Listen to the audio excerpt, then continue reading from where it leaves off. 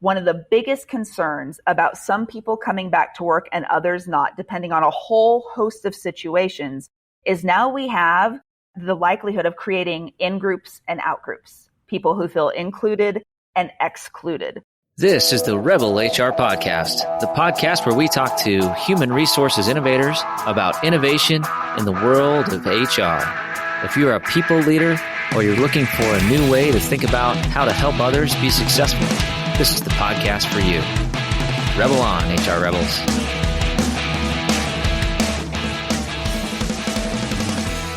All right, Rebel HR listeners, so excited to meet with Jill Schiefelbein. We got to talk about that origin here in a few minutes, but she is an award-winning business owner, author, and a recovering academic. I love that. She taught business communication at Arizona State University for 11 years, analyzed terrorist documents to provide counter-terrorism messaging strategies to the military, and was a pioneer in the digital education space. She has written a book. She is a communications expert. And so we are super nervous, and I'm sure she's going to find a lot of faults with this podcast. So thanks for joining us, Jill. It's my pleasure to be here, Kyle. Thanks for having me.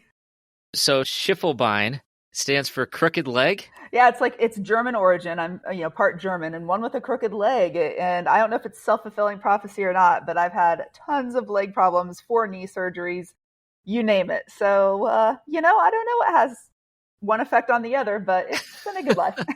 There's a word for everything in German. That's pretty amazing, but self-fulfilling prophecy, I guess. There is, and I'm sure there's a word for that has 25 different letters too, and it will be good. My favorite German word is Schadenfreude. How can it not be? How can it not be? So good. All right. So that's your German linguist lesson for today. We're going to shift gears. So really excited, Jill. Thank you so much for connecting with us today. And your area of expertise and this topic, communication, is just so critical in our role. So what got you into the world of communication? There's the sarcastic answer that's kind of true, and then the nerdy answer that's super true. Which one do you want? I love sarcasm, so let's start with sarcasm, and then we can nerd out too.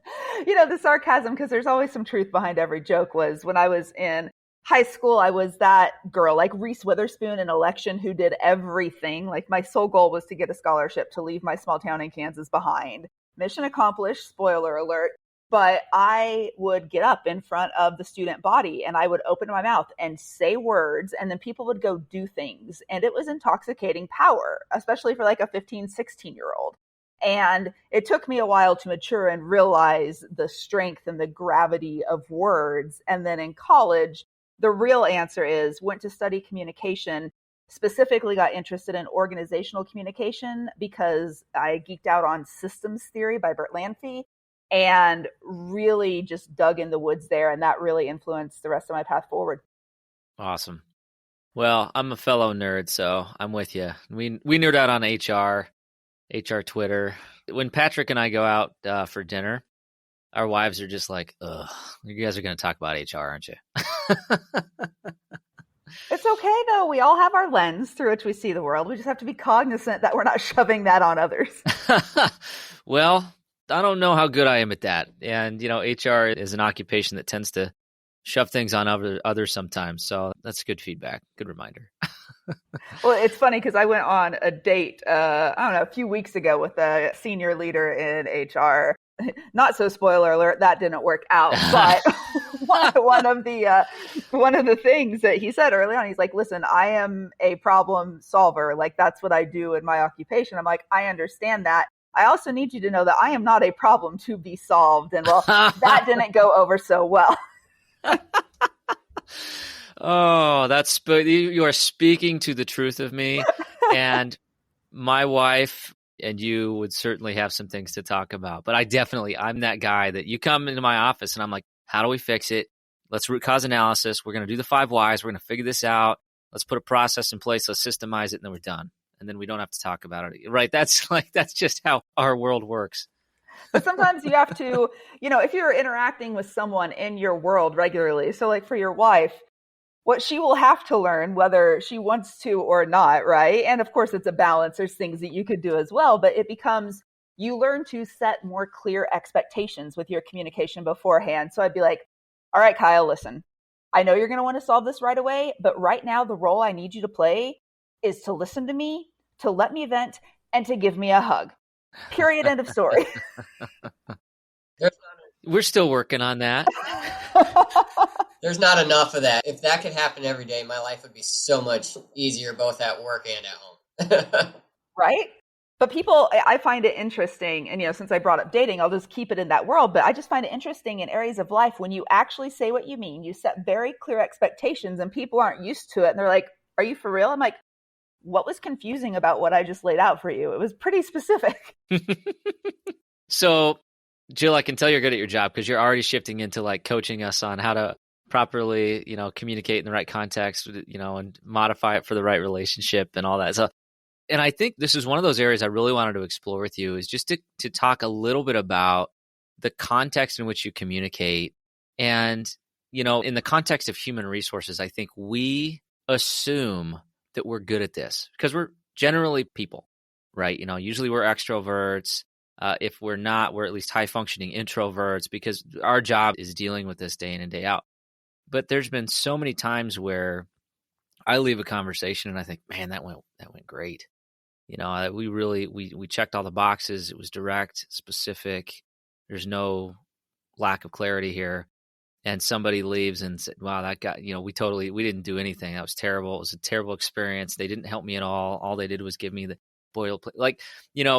I've had those experiences. So as we look at, communication in the workplace, how do we address some of those issues of, conversations and kind of laying the context for a productive conversation and open and effective communication?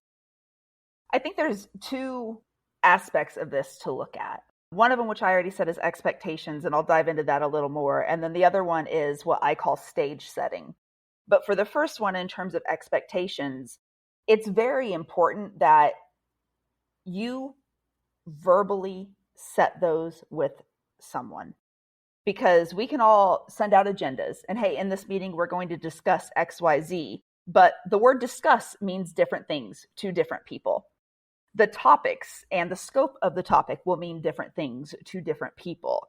And so it's not a one-way communication of what this meeting is going to be about. It's more of the, all right, before we get started, I just want to set expectations and I want to know what your expectations are of this. If you could get 2 things out of this meeting, 1 thing out of this meeting, 3 things out of this meeting today, what would make this a valuable use of your next 30 minutes? And get that from both parties and see where that leads. But we often don't take that time to do it up front because we make a lot of assumptions.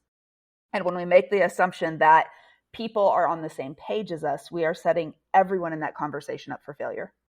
Okay, I have a question on this because that makes sense and that's really smart how you put that. But how do we coach the people in the room to empower them to speak up and say that? Like, what is the best tactic for us in our profession? And we're in a room with 8 leaders and there's probably 1 or 2 that are a little timid and it's an intimidating situation. How do you coach to that? Depending on the scope of the meeting and the time of the meeting, there'd be a lot of different responses, right? So one of the things, if you have longer periods of time, it's everyone gets Post-it notes. You write down 3 different Post-it notes of things you want to accomplish out of this meeting, out of this workshop, whatever it is, stick them up, and then you start to organize them around themes and then get buy-in and agreement from everyone. So based on what we have up here, can we all agree that if we accomplish these 3 things before we leave the room, we're going to consider this meeting a success? You get the buy-in, move forward. And then also get the agreement that anything that doesn't relate to these 3 things, we still have these notes over here. It doesn't mean that they're not important. It means that it's not the scope of what we're accomplishing here today. We're keeping those in a parking lot. Here's short-term parking and here's long-term parking, but they're in a parking lot somewhere. We have these. So you definitely recognize everyone's contributions. None of them weigh more than others, but you get the group consensus on what needs to happen at any one point in time. So that would be for a longer situation. Mm-hmm. For an individual, a shorter situation, and let's say it's maybe a small group meeting, and there's some people who don't speak up. Sometimes you have to phrase questions directly to people and volunteer people to give information, right? So it's, Patrick, would you rather discuss X or Y? And then maybe give a justification for that. Or if you leave something too open-ended, sometimes people who are a little more on the shy side and don't like to speak up they'll just say something, well, you know what everyone else said sounds fine with me. So when that's the situation, having some type of binomial question where you come in and can get a clear-cut response to go one direction or another can be useful. I think that's very well said. I love the parking lot thing because there's so many times where you get wrapped around the axle on something, and it's probably something that we need to figure out.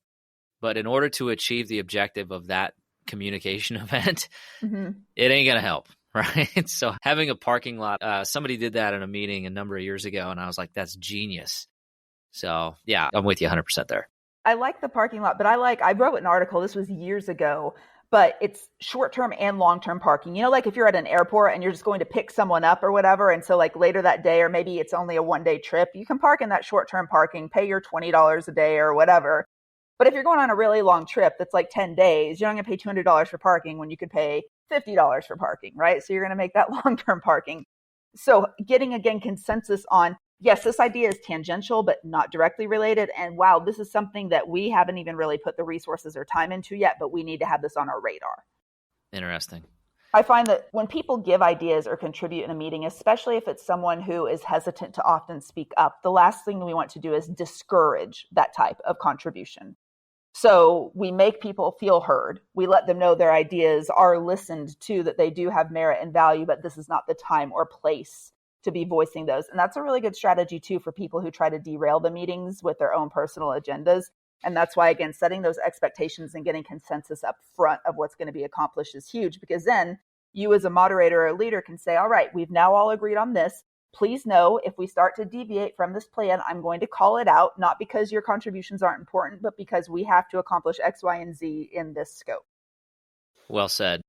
Really easy to agree with, really hard to do when that person's just blowing up the meeting about whatever they were complaining about in your office a few minutes earlier. Right. But then empower everyone else to do that too. So everyone in the meeting. So we are all stewards of our collective time here.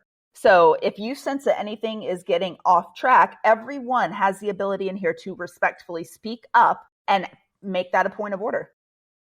That needs to happen more. I'm going to set that tone in every single meeting, because that we all have those Kyle Roeds that derail the conversation. We got to put that. If you know, you know. It is what it is. There's a lot of squirrels to chase. And, you know, that's fair feedback on a number of different levels, but, you know, that's fair. Patrick's usually the one keeping the cart on the tracks. We all have our roles to play. Great. We're going to. That was a really nice way to say that. Got it. Thanks. That's what I'm here for. Yeah. So I do want to talk a little bit about, I think this is really critical, you know, as we talk about kind of your more traditional in-person meetings and, you know, going into the stereotypical boardroom setting, and you're dealing with leaders and egos and agendas and hidden agendas. But now that we have converted a lot of those types of discussions to virtual, what kind of differences are you seeing, and what kind of tactics are you using to make sure that that same level of respect is applied? Well, it's amazing in virtual because you can just mute people. I mean, honestly, if someone's going off to, oops, sorry, everyone is muted, you know, and I'm not going to lie, I've used that before when you just need to regroup, because sometimes that's the healthiest thing for everyone to do. But I mean, I semi-joke on that, but it's really important in that virtual space. Again, expectations are not only expectations about the meeting, but then expectations on how we're going to use the technology, right? We know how to associate face-to-face in person, right? If you want to talk to somebody, you're not going to like throw a dart at them across the room to get their attention, or at least I hope you're not. Maybe people listening to this as rebels would. Maybe, I don't know. But, you know, in general, you're not going to be doing that type of thing in a meeting. But, you know, in a virtual meeting, when you feel like you're fighting for attention, you may speak up more, or because of the distance that, you know, the mental distance that technology gives us, we feel that we can interrupt more, that type of thing. All the studies on anonymity on the internet, and now even without anonymity, people feel they can post things on social media that they would never say to a person in real life. And so we have some of that rollover when we do these virtual meetings and experiences. So it's really important, again, to set that expectation. So listen, here's what's going to happen. So let's say Patrick's running this meeting and there needs to be a 10-minute briefing on topic X. All right, everybody, listen, I'm going to be doing this briefing. I do want your questions. Here's how we're going to do it. As your questions arise, put them in the chat. We can all be typing questions simultaneously. Someone else may be able to answer the question before I can get to it. If that's the case, answer that question in chat. Utilize and leverage the technology, because what is possible in the virtual space, and I've been saying this for the better part of a decade, is it can enable several simultaneous conversations that an in-person meeting or experience cannot. And there is power in that. And so just being strategic on not only setting the meeting expectations, but the communicative expectations for that meeting, for how people are going to, for lack of a better word right now, behave right in the meeting, and utilize the technology to your advantage. We'll be back after a quick break.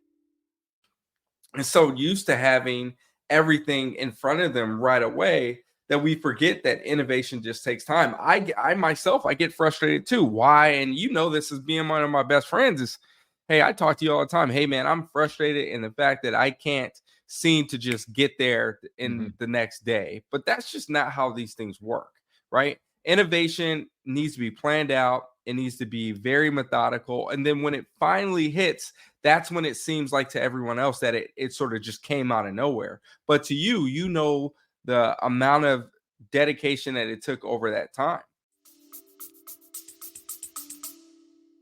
I think that's so tough to kind of understand the right balance there between, do you have like 3 conversations going in the chat publicly, 5 conversations privately, the verbal conversation going, and then, oh, by the way, I just had 30 new emails pop in over the last 20 minutes and I haven't had a chance to check it, and to keep people's attention captured, I think can be such a challenge. So as you're going into those types of situations, do you have a thought or guidance on what's the appropriate level of context switching that's allowable? How do you approach that? It depends, right? There's no silver bullet answer. Oh, right? you would be great in HR. Everything depends.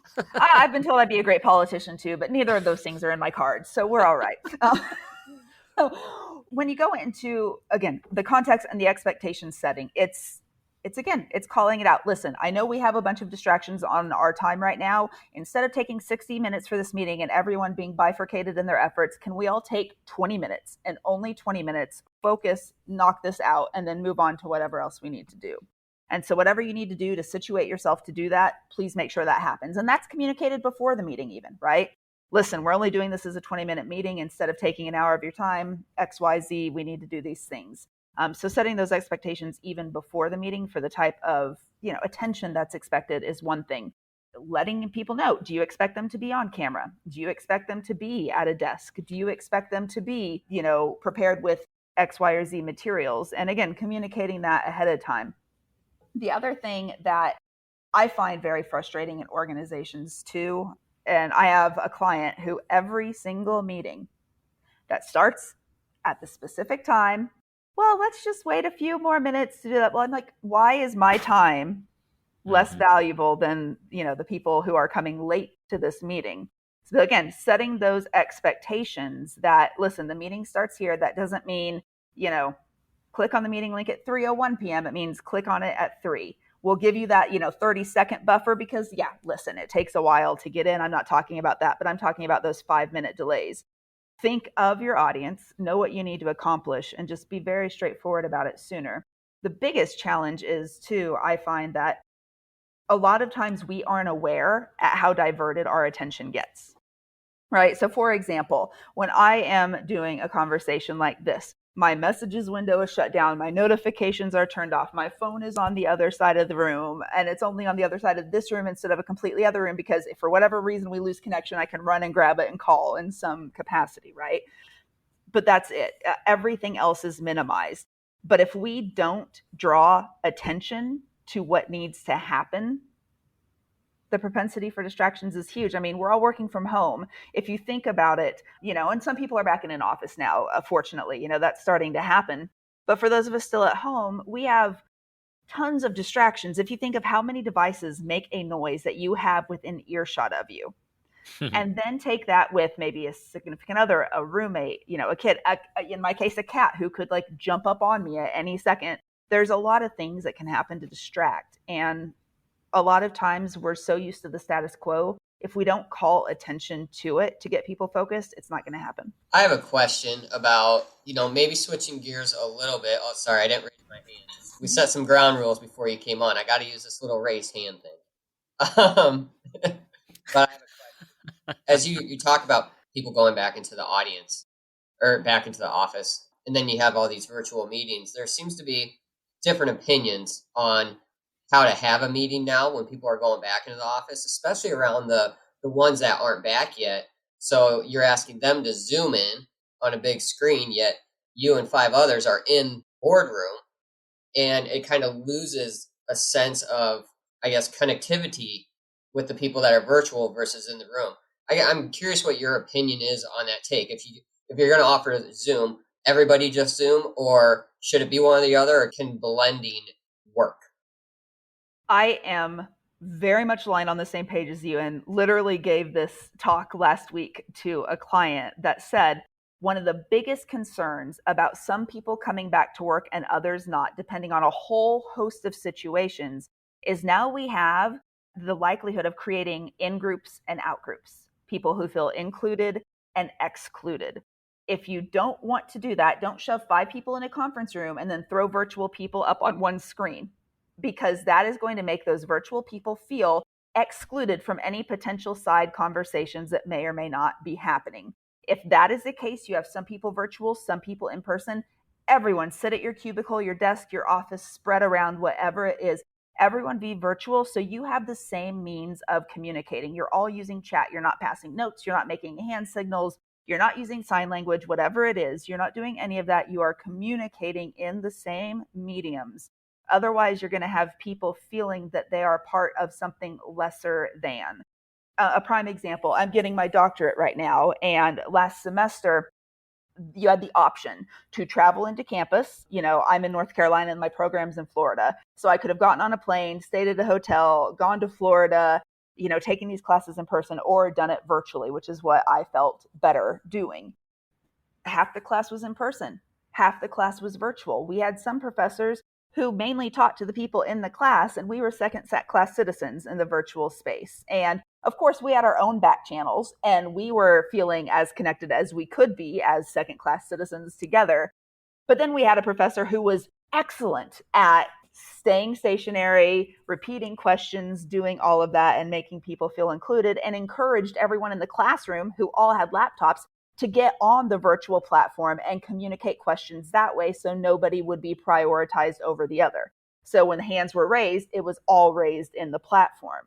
So if you are going to do it, if you are going to have a true hybrid where you have massive people in person, set rules so that the order that people get called on, the order their opinions are recognized, the order their feedback is, visibly taken, is all in one area, instead of prioritizing one over the other, which is going to happen if you don't set up those rules ahead of time, just by nature. It's not because it's intentional. It's just going to happen. And now, a word from our sponsors. When Molly, Patrick, and I started to figure out how to start our own podcast, we didn't know where to start. Thankfully, we found Buzzsprout. Buzzsprout makes it super easy for us to upload our episodes, track our listeners, and get listed on all the major podcast networks. Today's a great day to start your own podcast. I know that you're one of our listeners, so you've definitely got something to say. Whether you're looking for a new marketing channel, have a message you want to share with the world, or just think it would be fun to have your own talk show, podcasting is an easy, inexpensive, and fun way to expand your reach online. Buzzsprout is hands down the easiest and best way to launch, promote, and track your podcast. Your show can be online and listed in all the major podcast directories within minutes of finishing your recording. Podcasting isn't that hard when you have the right partner. And the team at Buzzsprout is passionate about helping you succeed. Join over 100,000 podcasters already using Buzzsprout to get their message out to the world. And now, for listeners of Rebel HR, you can get a $20 Amazon gift card sent to you from Buzzsprout by clicking in the link in the show notes. Thanks for listening. Are you looking to grow your personal brand or your business brand? Take it from me that podcasts are a great way to do it. Here's the secret. We all want to feel connected to the brands that we buy from. What better way to humanize a brand than through sharing your personal story on a podcast? I have had great success with Kitcaster. Kitcaster is a podcast booking agency that specializes in developing real human connections through podcast appearances. And let me tell you, it's all about the right human connection. You can expect a completely customized concierge service from their staff of communication experts. Kitcaster is your secret weapon in podcasting for business. Your audience is waiting to hear from you. For a limited time offer, listeners to the Rebel HR podcast can go to www.kitcaster.com/rebel to get a special offer for friends of the podcast. Rebel on. So am I going to owe you a consulting fee for that? Because I have an event next week and I have to travel. I'm traveling to a location. I've got multiple people at that location on my team, but then I also have 2 critical employees to the process not able to travel at a different location. And right now I'm trying to figure out, okay, how in the world do I make sure that I don't have that second class issue and then I have some ground rules? So I'm going to have to give that some thought and figure out, okay, how do I do this the right way? But the issue is that the process that we're going to use is very collaborative, and I do want as many people in person as possible.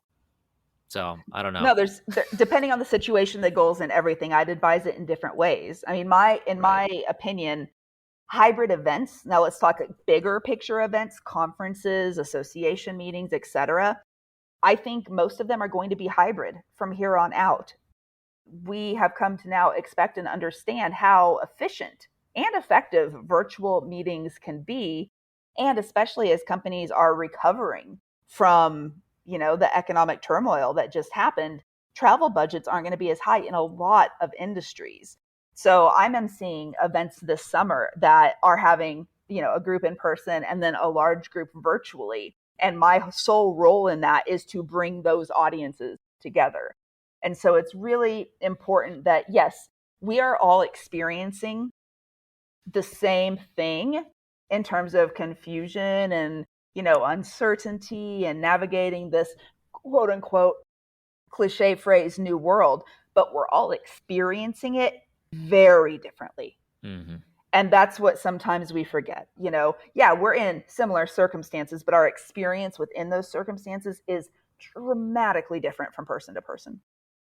100%. Yeah. So I know you do some virtual events and you kind of coordinate that. So as you look at organizing and setting these types of things up, is that the model you're going with then? We're going to do a little bit of hybrid, are you seeing a little bit of a trend more towards, hey, if we can be in person, we want to be in person?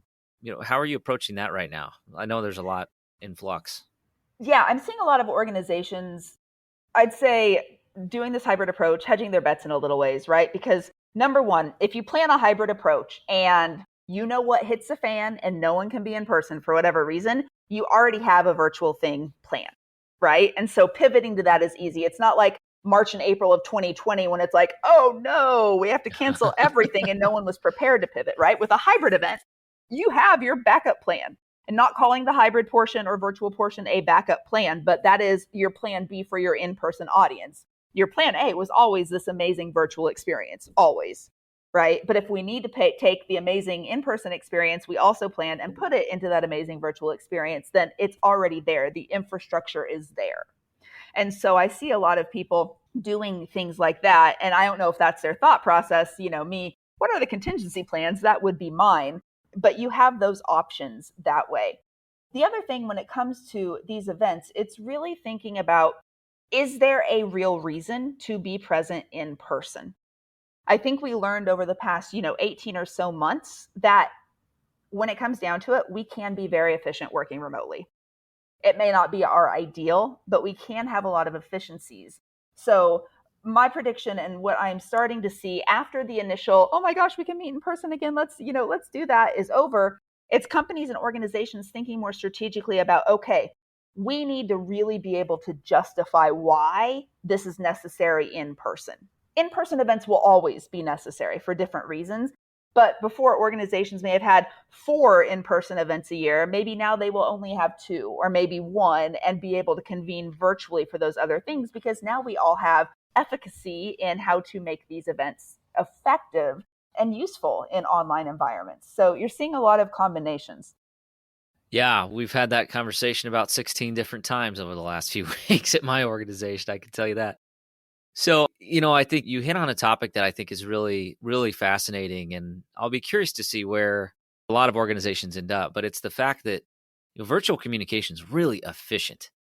I mean, pre-pandemic, I was traveling 25 to 50% of the time internationally. So, you'd take some time to get places and then you'd get there and you'd be jet lagged and, off your schedule.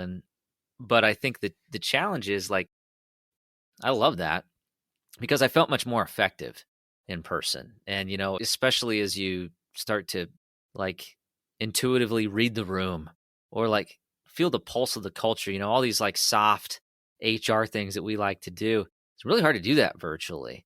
So sometimes you can read body language virtually on the video, but a lot of times you're not getting the real story. Or the kid that takes the cutout and like sticks it by the by the video. But what tactics are you seeing for that communication, not just to be efficient, but effective? Well, I want to rewind real quick to something you just said that, you felt more accomplished, more productive, more whatever. You felt like people got you. Do you know for a fact that they did? Do you have quantifiable measures to show that that was more effective? Because, for example, when I used to teach and work with people on how to make them better virtual presenters, and this was years and years ago, like, again, well before this time. And then, of course, that picked up obviously really quick once COVID hit.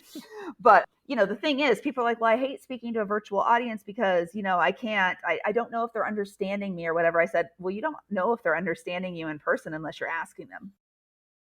I said, it's just like a gated community or a gated apartment community or a gated suburb. It's a false sense of security. We see those head nods or whatever, and we don't really know what they're thinking. I'm sitting there nodding my head, and I'm thinking about that maple bacon donut that was outside that I didn't get because I was trying to watch what I was eating, but I can't focus on what you're saying because I want that darn donut, right?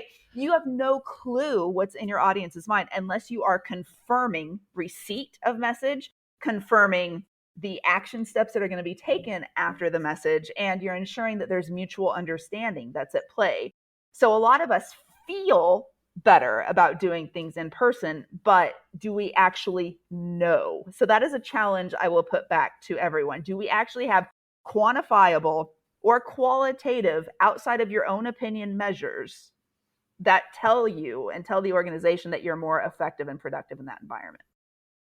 I like that. I'm thinking, how do we do that? I want to learn more. DynamicCommunicator.com, right, Jill?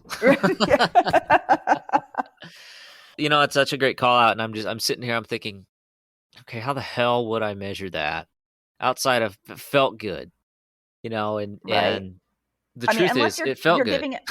You're giving a training, and let's say you have an evaluation form, and then you're giving the same training online, and you have that evaluation form. At least then you're comparing, apples to oranges. You're comparing to fruit, at least in this case, right?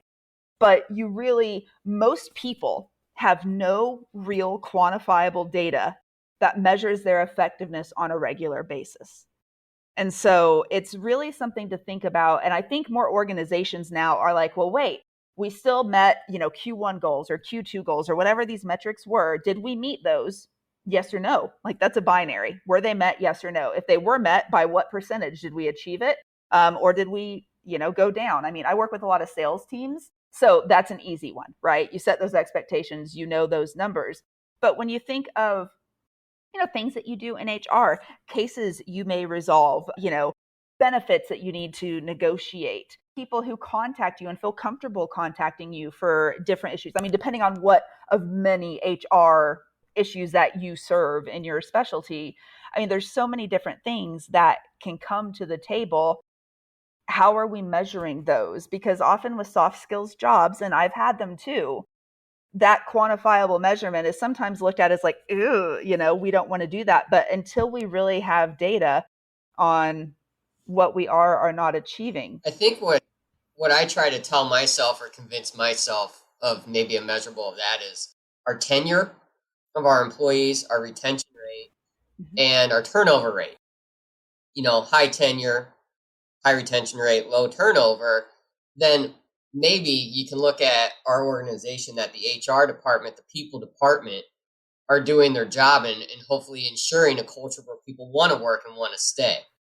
I guess that's how I justify it. You can try to justify it that way, but I struggle just to wrap my head around this because there are so many external forces at play in all of those KPIs. So if you talk about turnover, like the managers could be bad.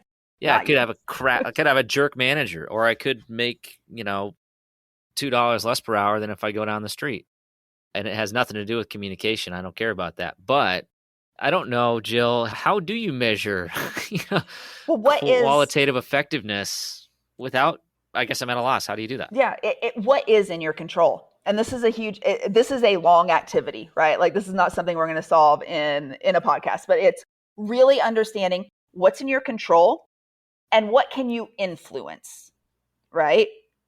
What is actually in your control, and then what do you have influence over, right? You have influence over retention. It is not 100% in your control, right? What is 100% in your control is onboarding, right? And the processes that you're getting and the partners that you're working with, clients internally to get, all right, warehouse department has to have X, Y, and Z, and you're working with them to get the subject matter experts to do whatever it is to put together the things that you need to do for successful onboarding, right?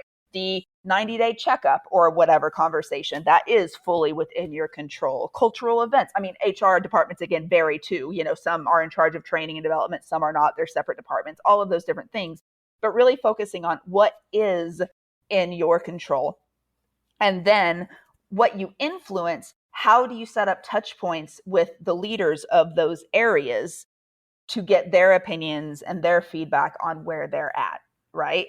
So let's say you have 10 departments in an organization, and retention, just like you said, Patrick, is one of those things. So you go in there, you realize what you can control, the onboarding, the 90-day checkups, biannual review, whatever all those different touch points are from an HR perspective. And then you work with that leader and you see in those 10 departments, okay, well, wow, Kyle's department really is having more turnover than others. And you can influence that, right? You can investigate. You can find out if, wow, the salaries are actually really, really low in this department. So even though Kyle is an awesome manager by all of his feedback, people need money and I'm not mad at them for leaving, right? So you can dive in deeper and start to diagnose those things. It's because he's a jerk. I mean, that's what they told me before I came on the show. Yeah, but I know. You're doing okay so far. I'm just glad you took the interview anyways. I appreciate that, Jill. That's nice. Very nice of you. That's such a great call to action. And I think it's one of the challenges throughout the course of my career. I've struggled to truly define the KPIs that we do have control over. And then you calculate, the cost of turnover, and you can put an ROI on some things using that. But the truth is, like, even if you do have a wonderful HR program, you may not turn that KPI one way or another because there's other external factors at play. And so great call to action there. And yeah, I don't know. The one area that I'm still struggling with that I know it's more effective in person is building a personal relationship with somebody, like a truly informal, friendly work relationship. I don't know how you do that virtually. Jill, are there any thoughts on that or anything that you've seen that has worked really well for people who truly cannot get in the same room together? Yeah, absolutely. I think there's a lot of ways, and I have seen amazing relationships form virtually. And I imagine that in the next 5 years, because this is a pace of academic publishing, you're going to see a lot of research come out on the efficacy and the strength of those relationships, and especially in younger generations, right? Especially in younger generations. And I mean, in a decade from now, the people who were homeschooled initially in their schooling experiences during this time and everything, I mean, it's going to shift a lot of communication and a lot of the way people work and have expectations in the workplace too, as they start to matriculate there. But when it comes to meeting in person, one of the examples I use is this. When we are physically together in a space, there's other stimuli present. If we're in the break room at work, there's other stimuli present. We could talk about the sign that has the stinky fish on the microwave and laugh at it together. We can talk about, ooh, I wonder who brought in those donuts. Can you not tell that I really want a donut right now? We can talk about a lot of different things because there's a lot of stimuli around. Oh, did you see the flowers that so-and-so got? Oh, did you see Bob's new picture? whatever it is, there's a ton of stimuli around us. Most people do not plan for that stimuli in a virtual environment. So they meet up and it's like, hey, Kyle, let's just meet and have a virtual coffee and get to know each other. And so you and I are sitting with coffee and, well, hi, well, what do you do? I do this. Well, what do you do? And it's the most boring, laborious, teeth-pulling conversation ever. Yeah. It's because we didn't bring stimuli into the conversation. So instead, something like, hey, Kyle, let's meet and have coffee, but a quick challenge. Drink your coffee out of a mug that has a good story, because that's the first thing I want to learn about. And so, boom, you get on that call and you and I each have a mug that has a story, and we're talking about something that's not networking, that's not work related. It's about the story of how this mug came to be in our hand right now, right? So now you have a different stimulus that's going to bring in other stories that are more relational focused and not only task focused. So I had friends groups who we'd have random ingredient parties where, all right, this week we're all going to meet for our virtual dinner and we're going to see who can come up with the most creative recipe using carrots, right? And so everyone made something with carrots, and even though we couldn't taste it, we voted on it. You know, sometimes there's scavenger hunts or it's a show and tell type thing, but it's something that's bringing in external stimuli to the conversation. It's the same way as if you're sitting at a restaurant with your significant other and you all are tired. You both had long days at work. You really don't want to talk that much because you kind of want to just zone out. So what do? You both people watch and talk about other people. It's amazing, right? This is what we do because there's this external stimuli. So make sure to preemptively bring that into your virtual conversations and find challenges to solve. I love that you're cracking up right now. This is I can't keep a straight face. I'm sorry. This is so funny. It just reminded me. So I don't know if you're a David Sedaris fan or not, but my wife and I are big David Sedaris fans. In one of his books, there's a story about how he and his husband got to eat and they ran out of stuff to talk about. So his husband would like pull out a newspaper clipping. And at dinner one time, he pulls out a newspaper clipping. He's like, oh, did you hear about these spouse burnings in India? You know, like the worst, like the most random and terrible thing out of the newspaper clippings. And it's so anytime. So I'm laughing because anytime my wife and I run out of things to talk about, I always go, did you hear about these burnings in India? Oh my gosh. It's a twisted sense of humor. Sorry. Anyways. It's fine, but it's the thing, right? We get throughout our days, we lose so much willpower. And this is a whole other topic of conversation. Yeah, we got like 6 podcast episodes to go off of here after this. I know, right? But we lose the willpower. I mean, we don't even have the willpower to make a decision about what we're going to eat for dinner. And then an hour later, we still haven't decided and we're both hangry at each other, right? By both, I mean me and my cat. We bitch at each other. It's great. And, you know, I still haven't eaten anything and she has her food, but she's just looking at me, you know, it's just a bad thing. And so we need external stimuli to help drive conversations when we are fatigued.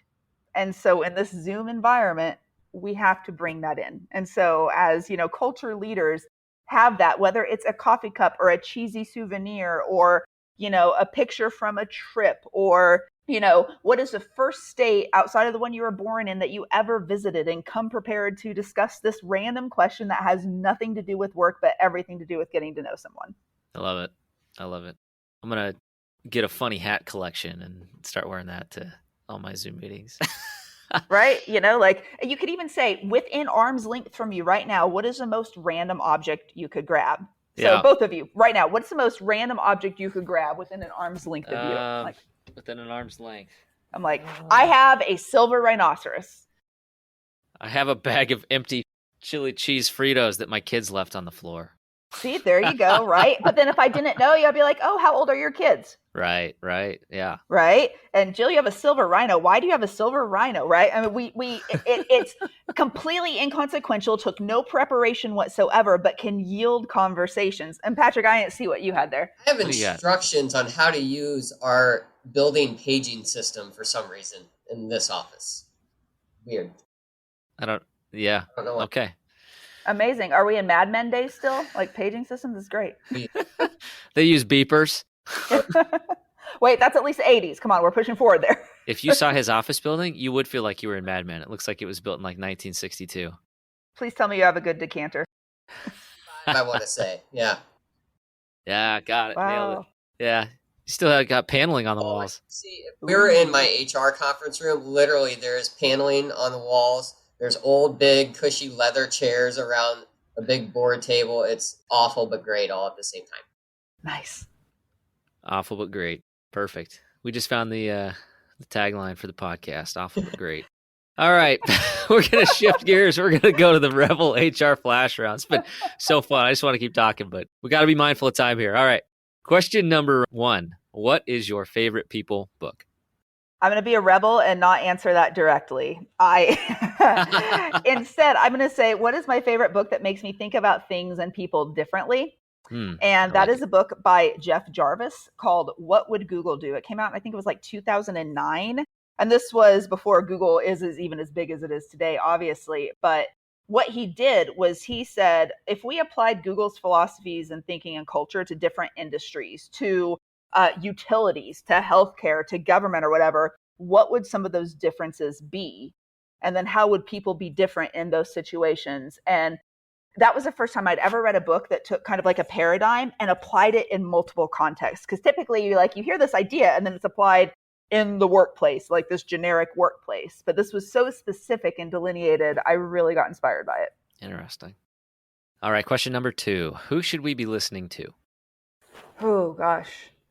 I mean, I'm a big fan of Imagine Dragons and 311. And, you're not talking about music. Yeah. Hey, we can go music. I was a big 311 guy back in the day, so we're in Iowa. Gosh. They're out of Omaha. Oh, love them so much. Anyway, who should you be listening to? That's a darn good question. It really depends on what you are needing at the moment. The biggest thing that I do when I need to listen or get in is I go to social media and I scroll hashtags, and when someone's name comes up a half a dozen times or so in a hashtag, I go stalk them and see what I can learn. I like that. So again, an indirect answer. I'm just going to be a rebel on all these questions. And your audience it. is like, who is this person? I hate her. And I'm okay with that, You're on brand for the podcast. It's perfect, Jill. Thank you. Well, I had to fit in somehow. I don't want to be in the out group. All right, last question. How can our listeners connect with you? Everywhere on social at Dynamic Jill. As you heard at the very beginning, my last name is a beast, so don't even try to spell it, but just anywhere on social at Dynamic Jill, and info@dynamicjill.com, easy way to get to that, and dynamicvirtualevents.com if you want to know anything about, the virtual side of things. I'm just disappointed you didn't go with the handle Crooked Leg. I know, right? My friend owns a business called the Crooked Lotus, so, pretty close now. Well, Jill, this has been an absolute pleasure. Thank you so much for educating us and our listeners, and took a ton of notes. There's going to be a lot of follow-up here, and look forward to continuing to stay connected here going forward. Thank you so much. Likewise. Thank you, guys. All right. That does it for the Rebel HR podcast. Big thank you to our guests. Follow us on Facebook at Rebel HR Podcast, Twitter at Rebel HR Guy, or see our website at rebelhumanresources.com. The views and opinions expressed by Rebel HR Podcast are those of the authors and do not necessarily reflect the official policy or position of any of the organizations that we represent. No animals were harmed during the filming of this podcast. Baby.